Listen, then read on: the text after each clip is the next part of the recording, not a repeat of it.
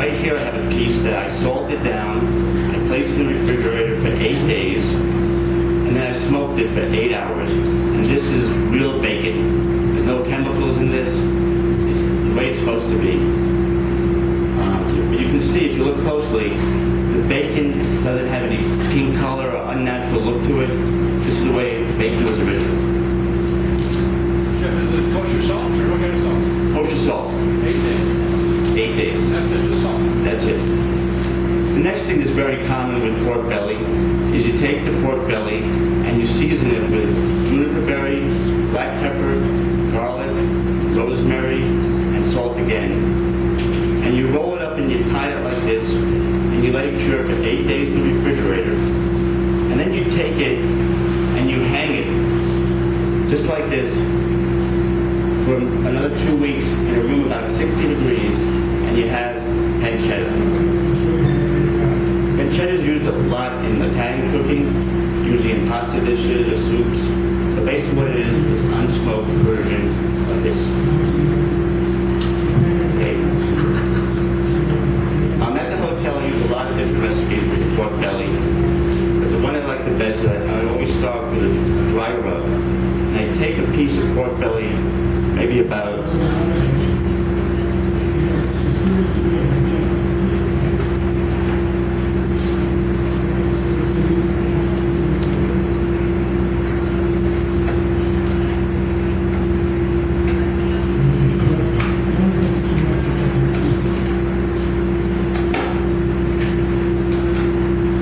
this big, and I make like a dry rub for it, similar to people use for barbecue ribs.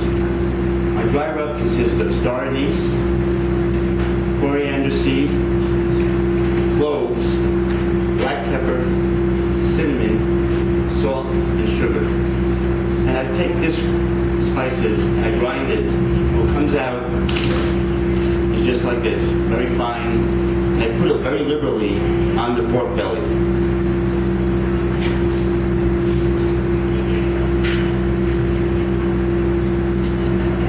At this stage, I take it, I place it in the refrigerator for 3 days. After 3 days, I take the pork belly, I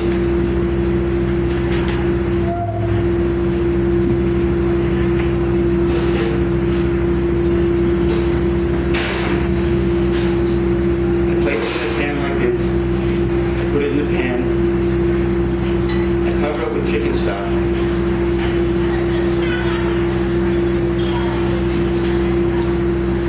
I place it in a 200-degree oven for 6 hours.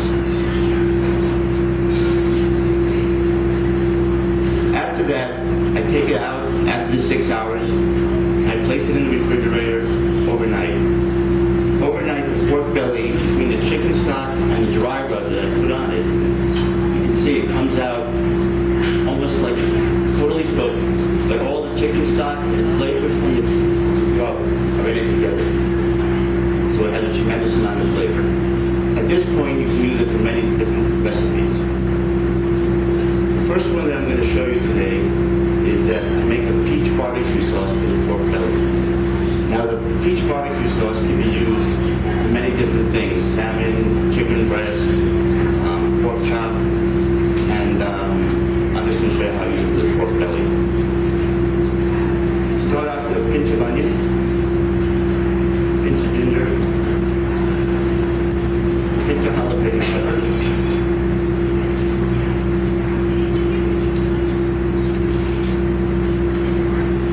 let that get going a little bit. A little bit of honey,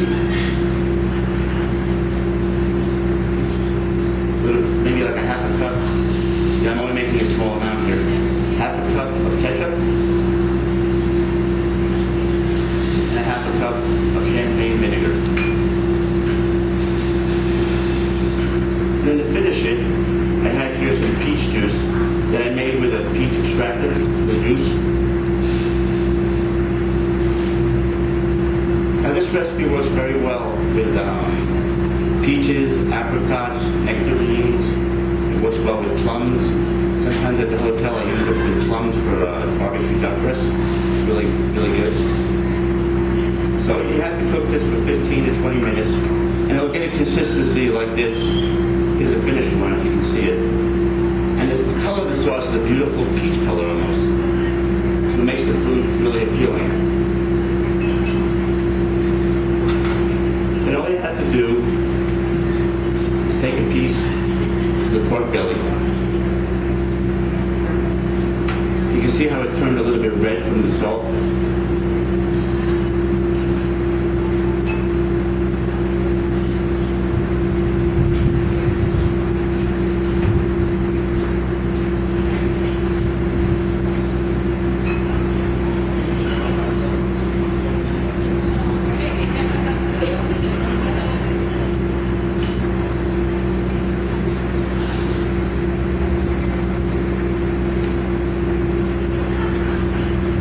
Tomorrow we're going to be in the mall. We're going to be making barbecue spears with each barbecue sauce.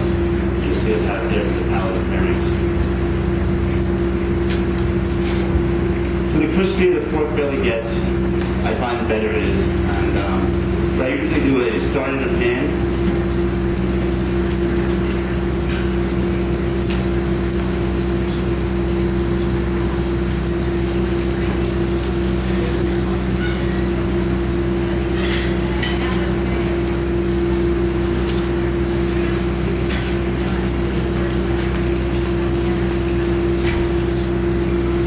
You can see it starts getting crispy pretty fast. I just baste it lightly with the barbecue sauce.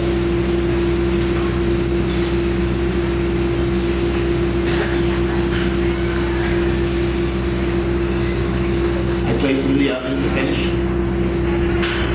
And while it's finishing, I'm going to show you another thing I do very often with pork belly. It has a lot of uses. Here I have some of the same process that I do with this. I diced it very small. I just put it in the pan. I get it as crispy as I possibly can. It's almost like a crackling.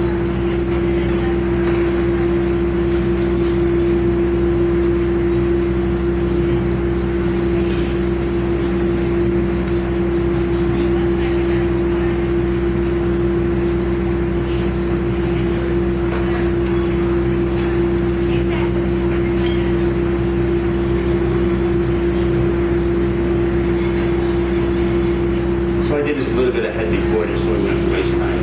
You can see how crispy the pieces got. What I have here is just basic mashed potatoes. I take the pork belly, I mix it into the mashed potatoes. And believe me, this is the best mashed potatoes you're ever going to have. The richness of the pork belly, the mashed potatoes, it's just fantastic. Which pork belly did you use, Chef? The one that I cured. Which cure, though? I mean, The last one, this one here. okay, so it's the chicken stock. One of the chicken stock, yes.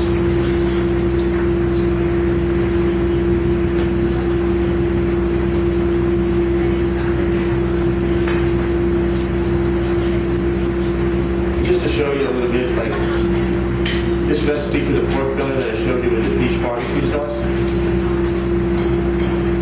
is common as a lunch dish or appetizer, or you can make it into an entree as a combo with a regular pork chop, or you can serve it just like here by itself.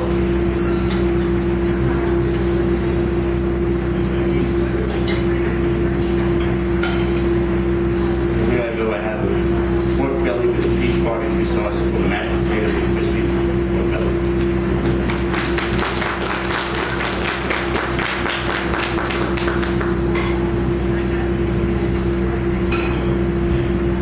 The next thing I like to do with these cracklings or pieces of crispy pork belly is here I have some spinach and some arugula in a salad version. I take the crispy pork belly and I place it right at the top. And you can make any kind of dressing you like for this. You can add anything to this salad, onions, goat cheese, cheddar cheese works very well. And the richness of the pork belly just enhances the salad really well. At the hotel tonight, we have the same crispy pork belly with butter lettuce, creamy Italian dressing, and sun-dried tomatoes. And that works really well.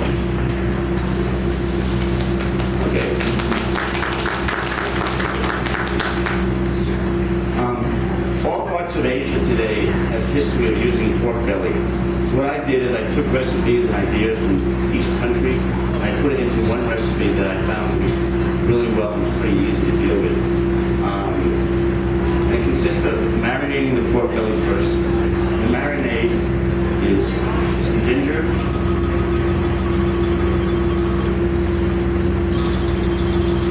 soy sauce, honey,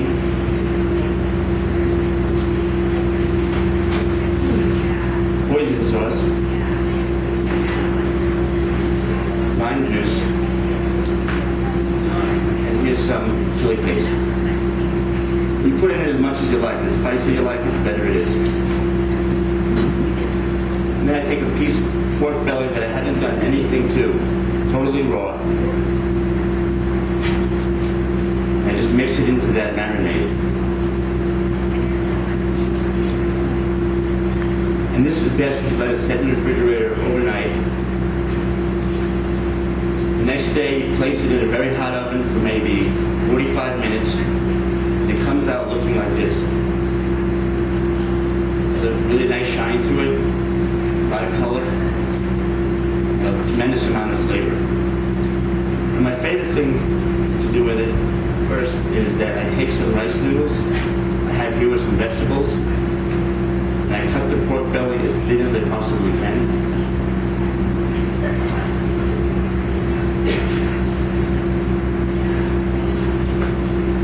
Place it on top of the rice noodles with some garnish. And there you go.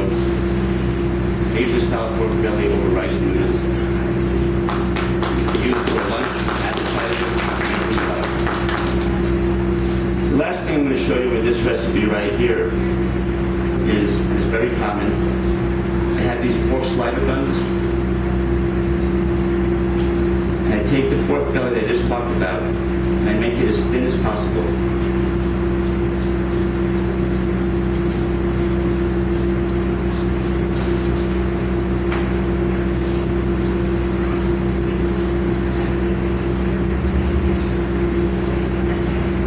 And then I have here, we call it an Asian coleslaw, which is just some shredded cabbage, ginger, rice wine vinegar, and olive oil. Okay? Place a little bit of that on top of the bread, pork, and believe me, this is the best pork slider you've ever had. I wish I could make one roll of it. It's an Asian pork slider, an Asian coleslaw. That's all I have for today. Any questions? Tonight we're going to be doing a beer and food dinner at the Brothers Grill. 7 beers, 5 courses, 7 o'clock. Pork belly is one of the courses. Love to see you there. Thanks, tomorrow we're doing pork spare with peach barbecue sauce.